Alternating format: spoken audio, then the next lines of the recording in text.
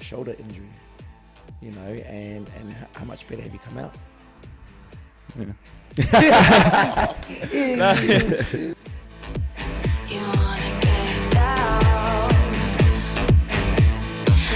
tonight. Take it, mate. You got it. All right, welcome back. So we just had Benny on last week. Dude, what was... So, I mean, he was tripping me out with these costumes. I know. But Like, what is this guy doing? and it's just for that one moment to be on screen to be able to do that. That's it. Just that. Yeah. Oh man, he's always a pleasure. It's always a pleasure to have one of our trainers on there. Speaking of which, we've got a new face. We're bringing on one of our new trainers at the Standard. Funny story. I know we were trainers at another gym together. We'll come back to that later. But why don't you introduce yourself, my man? My name's Andoni, and as you guys said, new to the Standard, but not new to the industry. Yes. All right. Like as we always do, like you're here now. Like take us back a few years. Like where were you, and how did you get to here as a trainer? Funny story. I was actually watching over Nate's video and Phil's as well, and I actually started kind of similar with the army. Yeah, right. I was coming out of high school. That's what I wanted to do. Wanted to go to the army. I was 1 week away from going to Kapuka, so to do my initial training. Wow. So it's pretty much as in as you could be. Yep. Without actually ever going, right? And I got really sick. So I got glandular fever, which is like COVID before COVID. And I couldn't go anymore. And they're like, just got to try again next year. So I was like, all right, I'll do that. Spent the whole year working, doing whatever, not in the fitness industry, just like bartending on the side. And I was a car mechanic for a bit as well, being all over the place. And then I decided that I didn't want to go anymore. So when they sent me a second offer, I was like, oh, it's all good. I won't go. And then came the third year and I was like, oh, maybe I do want to go back and do it. And then I broke my collarbone a week again before going. We just weren't meant to go. After that third go, I was like, you know what, maybe this isn't for me.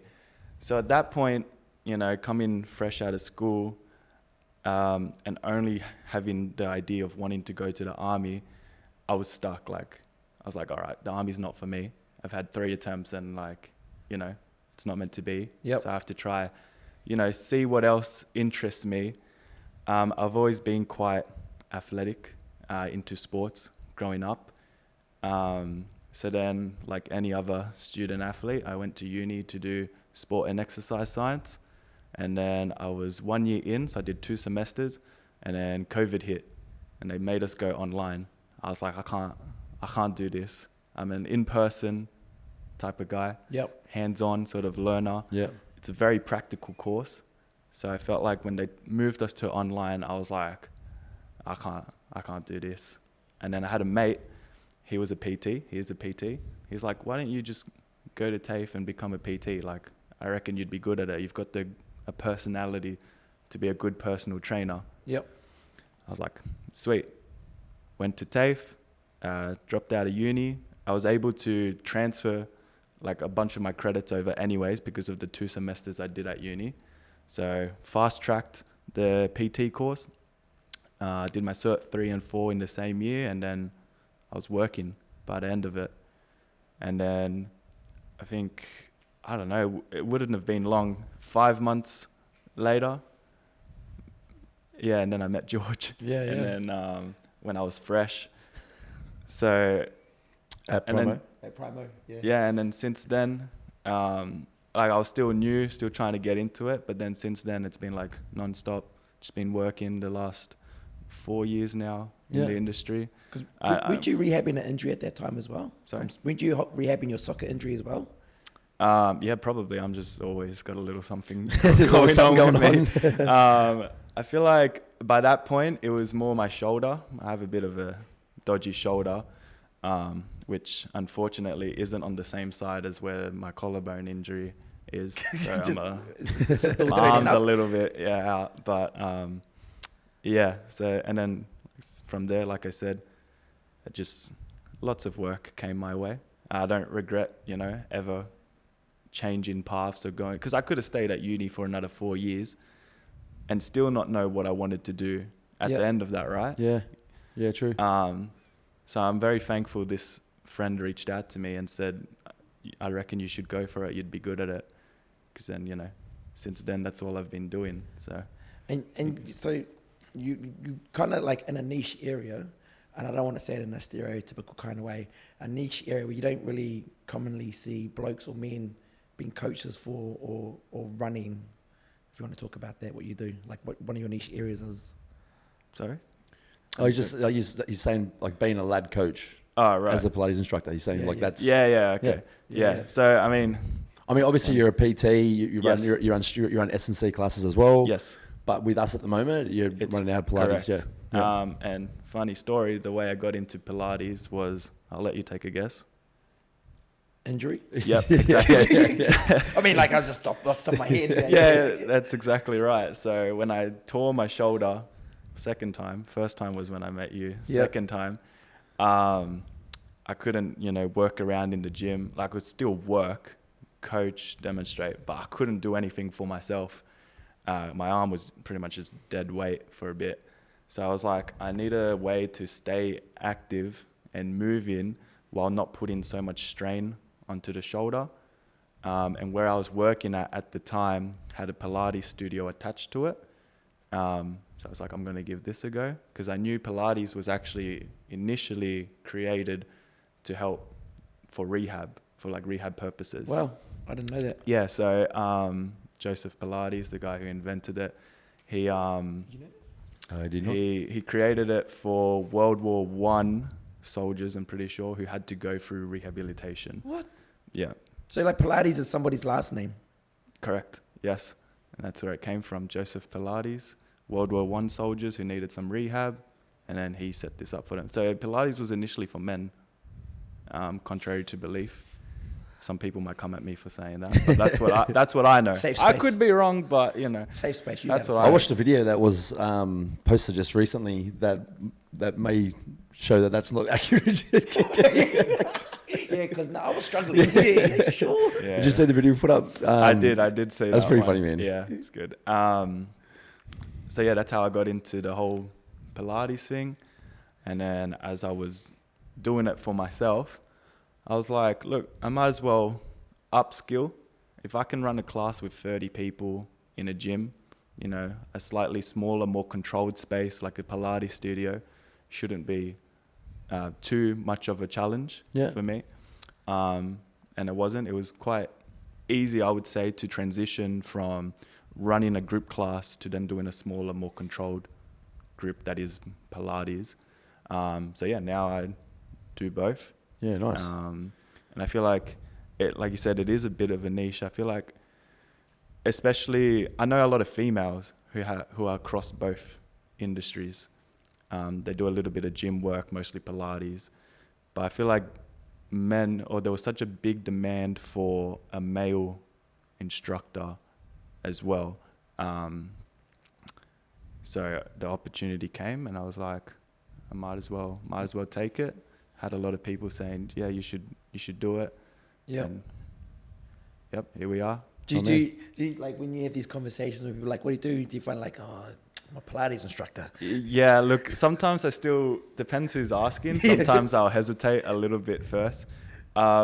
Personal trainer always comes out first. Yeah. Just because that's what I was first, I guess. So I'm like, personal trainer, functional group instructor, Pilates instructor. Yeah, Pilates instructor. Yeah, I was like, Pilates, But no, own it, man. You're good at it. Yeah, 100%. you are very good at it. 100%. And like our members have commented, like they've enjoyed it. They said you're a good coach. You're very calm, and like for anybody doing it, like that's probably what you want, especially if it's your first time or second time. You don't want to be in a class where someone is just like dictating to you. Yeah, 100%. You gotta. You can't count though. It's just like no. Because it's countdowns. There's a theme. There's a theme. like Yeah. You gotta. 2. Every second is actually 2. 5. But we'll tell you guys. Yeah, we've got like 10 seconds to go. I know every time I count down from 10 seconds, it's at least 15 actually on the clock. So if I'm going off by the minute, I'm at 45 seconds. I'm like, all right, guys, we've got 10 seconds to go. And it's just like another 15, But that's 20 also seconds of work. that like I'll do the same thing on the strength floor. Yeah. Like if someone's doing a finisher or a burner and I can see them hurting, if you say 10 seconds, there's like something in your head that goes, you can almost do anything with 10 seconds, right? 100%. As soon as you say Okay, 10 yeah. seconds, you go, okay, I can do that. It's just 10 seconds. Yeah. Like they were about to tap out. They were about to put the okay. weight down or whatever Yeah. it was. As soon as you say 10 seconds, it's like, okay, I can make 10 seconds. Yeah. But then That's you just usually make what 10 it is. seconds, 20. That's it. Exactly. And then they'll push through it the whole time anyways. So Yeah. they reckon they've probably reached a limit, and then you give them a countdown, and then they get that second wind, and they're like, yeah, I'm going to go for the whole countdown now. Yeah. Drag it out a little bit longer. They'll complain, obviously, but you know, they still did it. That's you know. doing your job. Yeah. It's even worse because the clock's not on upstairs anymore. So he goes 10 seconds. You kind of like, is it 10 Yeah, seconds? yeah. There's no proof. Yeah, we have to trust the man. Okay, so you sit in, so you've gone through these phases, like you said, army wasn't for you, uni, COVID, so it made uni hard. You've become an instructor. Inside of that, you wanted to find a way to kind of like mend yourself, and you go into Pilates. For yourself, I guess, even as a male, like define the difference between coaching the two for you. Between coaching strength and conditioning or group fitness and Pilates. I feel like you have to be a little bit more gentle in a way in Pilates. But on the same side, I feel like you always get new people, right? Either in the fitness sort of scene, Yeah. whether it's in the gym or in Pilates. And obviously it comes with, you know, interaction. You know how to cater Yep. for new people to make them feel more comfortable and stuff.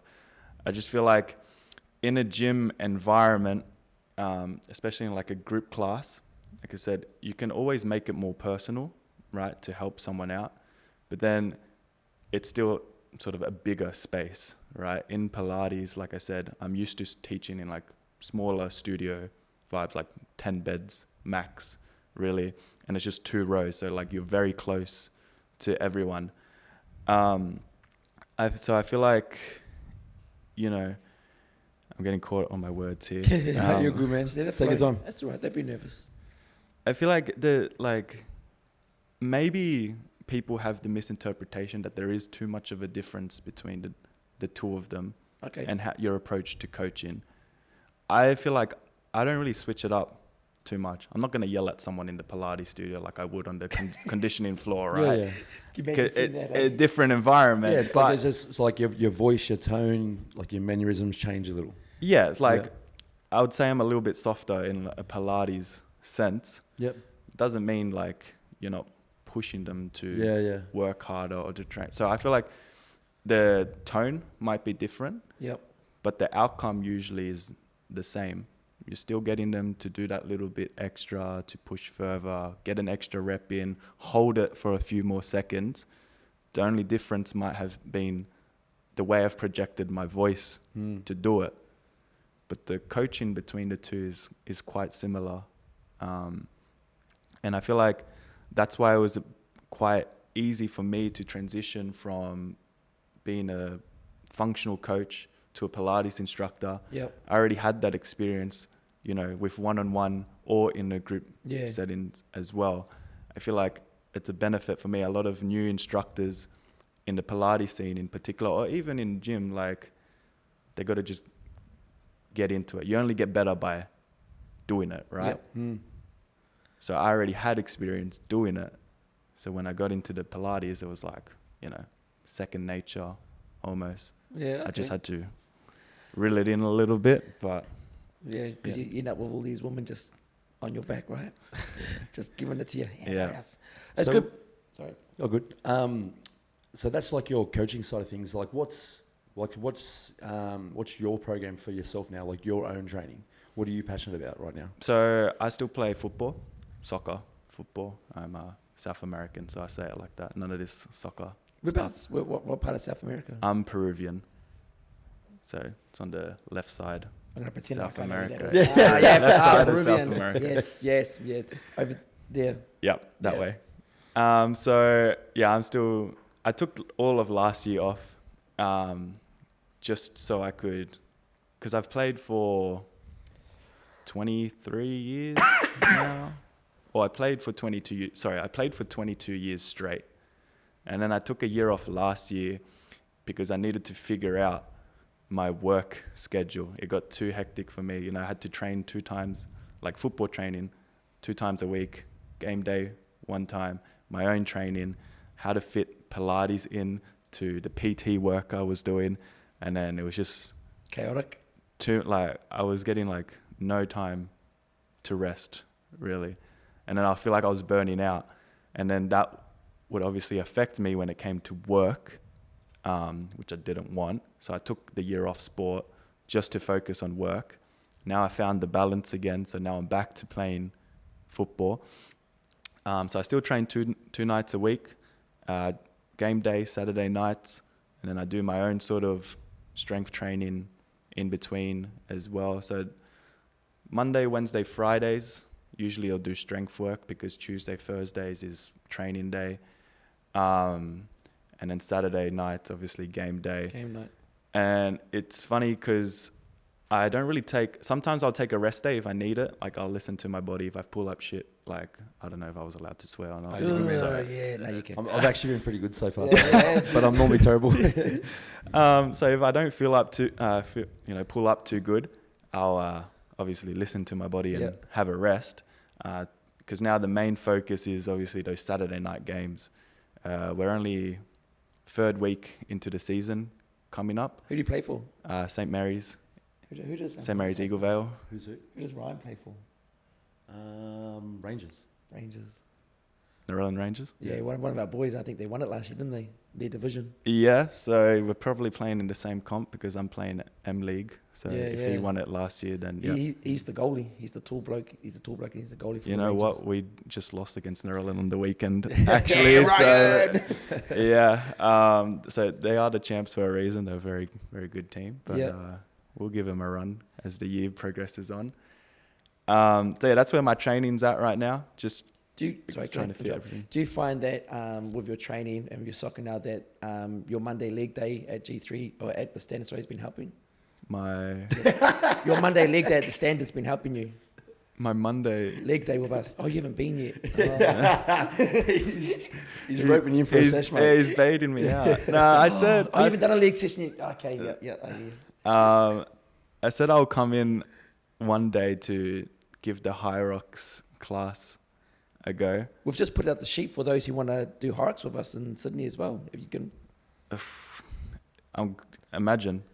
No training, no prep, just pull up and see how you go. Got 10 weeks. You know what's going to happen? What? I'm going to get injured. Something's going to happen. A week out, just starting up, do all the training a week out. Yeah, break my other collarbone. Yeah, and then I'll be out of work again, and we don't want that, obviously. No, we don't want that. So, I've obviously been looking at because the luxury of working across different jobs, both Pilates and in the gym industry, is that they all provide a different sort of class program. Like the foundation is the same, but the programming, is different. So, like now that I know that we provide, High Rocks specific classes, 100% I'm gonna get involved in that. Maybe not right now because, football is the priority, but once the season's over, because you guys are going to keep that running, right? Yes, sir. So I'll be popping in because there's one right before my mat class on Thursdays. And he's publicly announcing it, guys, so this is going to hold him accountable. So not yet, not anytime soon, but I will get there. So I'm going to start to explore more when I can. If you don't mind asking, how old are you? I turned 27 this year. 27. So, and I ask everybody this in a different way. You're still young. You are spread across multiple studios. You're playing red pot soccer. How important is it for you just to take some time out for yourself? After knowing that last year to take a whole year off. Yeah, no, it's definitely very important to find time for yourself. Like I was saying, last year I took the time off, so it was fine. But the year before that, that's where I was really, getting burnt out, jumping between jobs.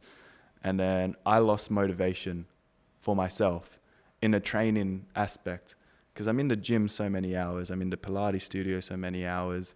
And then when it came to prioritize myself, I was like, I've been at the gym for 6 hours already. Like, do I really want to stay here Yep. another hour? And it's for myself. And then I'm like, I could probably take this day off and then come back another time. And then never came back that other time. And then the schedule gets thrown off, and then the training becomes inconsistent. And it sounds bad because I'm the one that's supposed to lead by example, right? Yep. And then I can't even get my own training in check. And that's just because I wasn't able to, properly maintain a schedule. I took too much on at one time and thought I could do it all. And then now finally I'm in a good spot where I'm able to have some time for myself and my partner. And then I can also mix in the social aspect that I feel like everyone needs, which a lot comes through work. I feel like us in this industry are blessed because we get to interact with so many people every day. And as draining as it might seem at the end, it's good for us, right? That personal interaction with people. So having some alone time as well, but is, helps you reset, right? And then come again. So, and then football is like, again, last year, because I took it off completely, I was actually felt a little bit lost in a way. It was something I was doing for 22 years. And I had this pretty much the same group of mates that I've played with since we were little, right? And then all of a sudden I'm not seeing them 3 times a week anymore.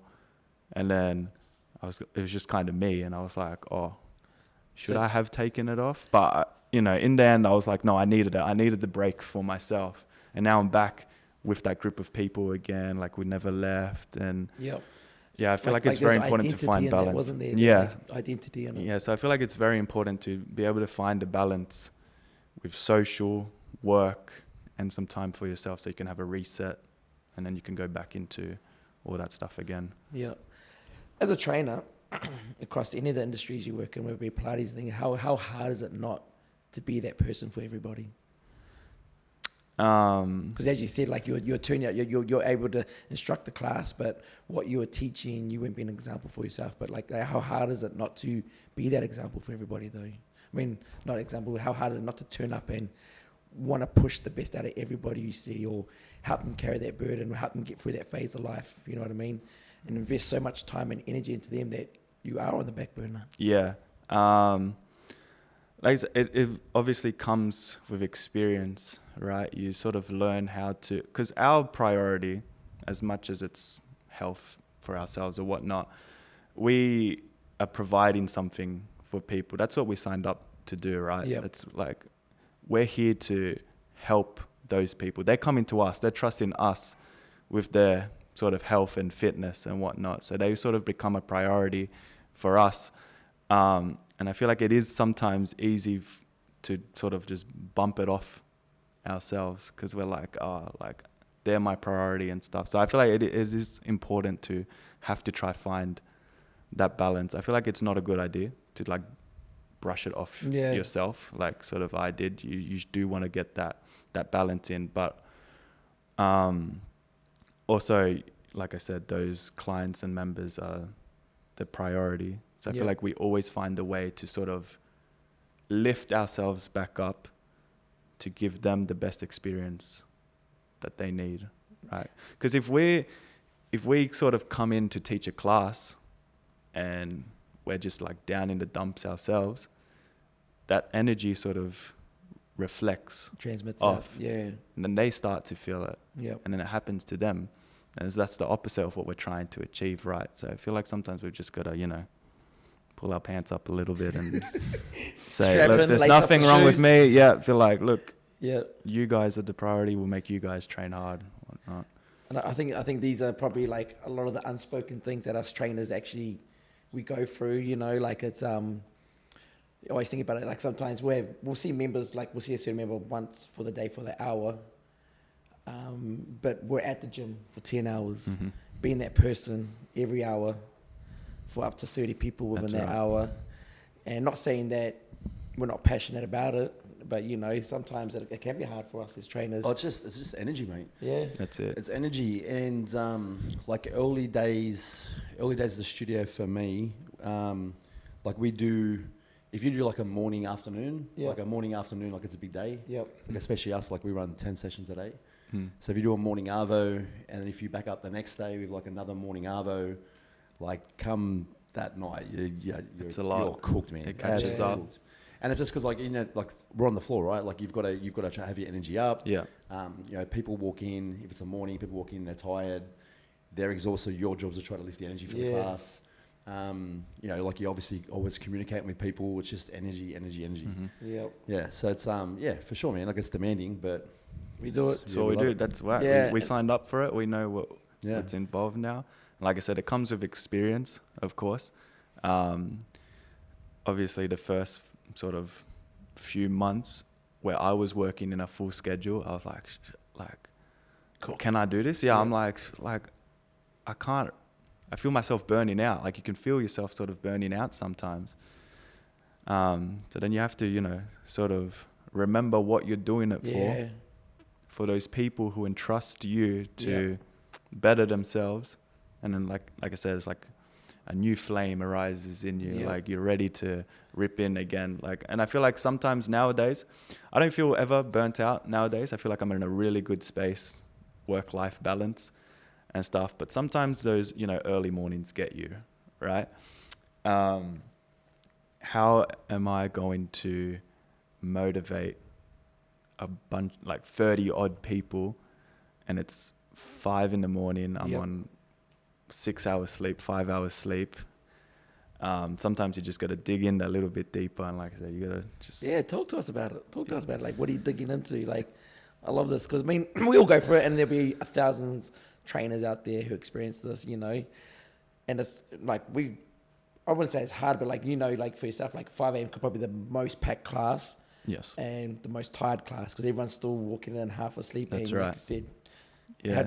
where do you dig? Where do you go to? Where do you find that energy? So I feel like it always comes by thinking back to how they felt at the end of the class and how you felt, right? So, because they're always going to say thank you, Yep. you know, and you always get that sort of 1 or 2 people that, you know, stay back a little bit longer to actually, you know, because we're not just coaches at the end of the day, and we know that, like, you know, we're therapists sometimes, we're the friend they need to talk to, or, you know, we know the life stories of many members that I feel like their inner circle and stuff don't know. Like, and this is more experience from when I was a one-on-one coach. Yep. It gets very personal, obviously. But even in a group sense, like they entrust you. So I feel like if you can sort of lift yourself to then lift them, the results that come from them saying, wow, thank you so much. Like, I appreciate what you're doing. Like, I've hit X, Y, Z goals because of you and your motivation and stuff. That's motivation in itself for us because we know we're doing a good job now.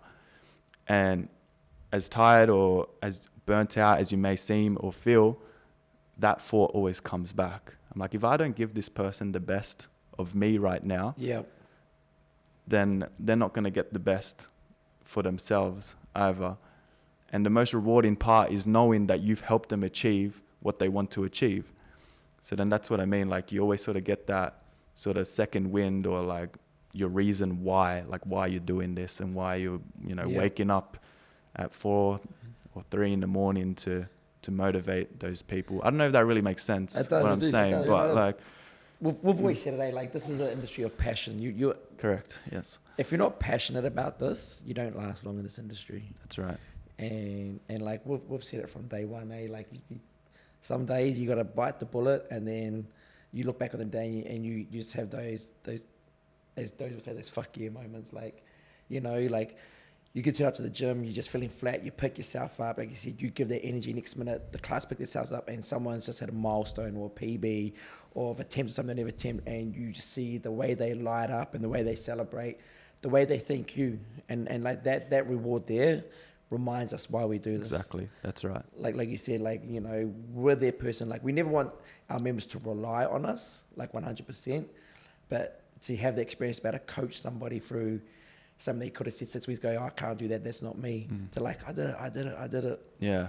Like, It's very rewarding and I think so. And I very think some, uplifting for yeah, us. I think some of our members don't realize their small wins to us are massive wins. 100%. Yeah. Like, I remember having a member come up to me probably a couple of years ago and just over the moon, they did their final first box jump. Like, to be intimidated with a box jump and to understand that this person's fair, they said it, they explicitly said, I will not do a box jump because of X, Y, and Z.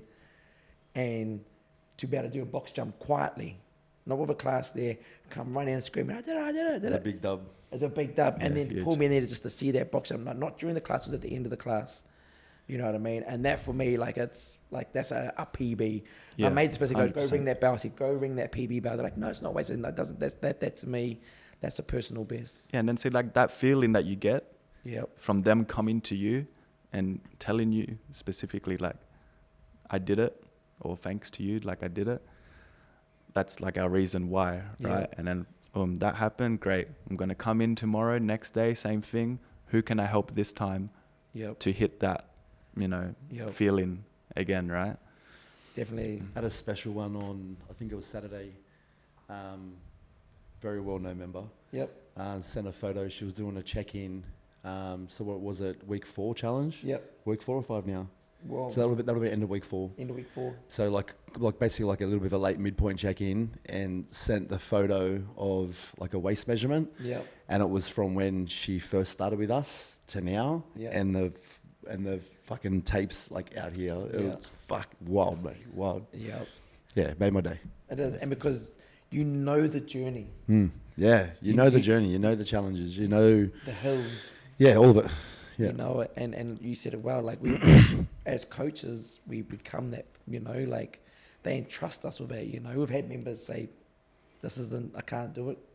It's not for me, and as much as sometimes you just want to shake them and say, like, you are one step away. You're just one step away. Yeah, that's right. Yeah. You got to be that voice of reason in the best way you can. And then I always have little digs, like in a nice way. Like afterwards, they're like, remember when you told me you couldn't do that? And they're like, yes. And I go, what did I say? And they're like, oh. But, for me, like, I love that stuff, and that's, like, again, I'll say again, that's why we're passionate about what we do. Yeah, that's right. Those are the rewards, and you can't buy those rewards, and I'll stand on it. I'll always stand on it, It's my favorite industry. Love it. It has its ups and downs, as we all know, you all know, has its ups and downs, has its days. Yeah, But at the end of the day, like, we get up to do this. that's right. My man, mate, it's been awesome having you part of the team. Thanks for having me. It's Actually, mate, you haven't done your like, what do you see with your space? Exactly. Yeah. Yes, I want to get to that. Yeah. So you have 2 classes right now, Thursday and Yes. Friday, I want you to kind of like share, like, what do you, like, you're not just there to fill a space. You're not a gap filler, okay? That's not who you are. Like, what do you see in that space? What do you want to happen in that space? How big do you want to make it? I want more people to give it a go. I want more men to give it a go, right? Like, how it feels now. I feel like maybe there's 2 sides of the story, right? Maybe the men think it's too easy, or the others are scared it's going to be too hard, right? But you never know until you give it a go. When I first did Pilates, man, I got my ass kicked, and that's what made me love it, right? I'm like, Dad, this is a challenge that I've been looking for. So I feel like I want more, because I know there is a decent amount of men in the community. So if they're available, come give it a go, see what it's about. I feel like they'll like my style as well, because obviously every instructor or every coach has their own sort of style of how they teach or run things, right? Because I was in the PT or group fitness industry first, before Pilates. It's very strength focused in a way. Like, you've both done my classes, right? Those deeper stabilization muscles, holding it for a bit longer, focus on your breathing, how you brace. And then that all helps you downstairs when you're on the strength 100%, floor, yeah. right? So I feel like Pilates might be that extra piece that they need to then step up their training a little bit extra, because it all works hand in hand. They might say, oh, I don't need to do Pilates, I do strength training. Or I do Pilates, I don't need to go to the gym. It works the same way. They work hand in hand with each other. So I just want people to sort of realize that they can do both. Yeah. And if we have it on offer, why not, do both? So I want, more people getting involved, but particularly men. And you're a testimony to it. Like you said, you went in there with a shoulder injury, and how much better have you come out? Yeah. Me as a person, yes, 100% so much better. It's made me grow as a person as well. The way I have to interact with people, more opportunities. I've grown as a person to it. The shoulder's probably a little. It works now, which is good. It works now, but no, it was definitely like a benefit, 100%. And I'm glad I did it. Like you don't need shoulders on a Monday with us then, eh? Probably Leg not. day. I'll have the 2 kilos at the back in lateral raises. Oh, my dude. Thanks so much for coming on, bro. Thanks for Appreciate having you, me. Really appreciate you. Appreciate Yeah, it. and guys, don't be afraid. So Thursday, 10:15. Correct. And Friday, 7:30. 7:30. That's Come get a it. Will. My man, fill them Yeah. up. No worries. Cheers, bro. Thanks, guys.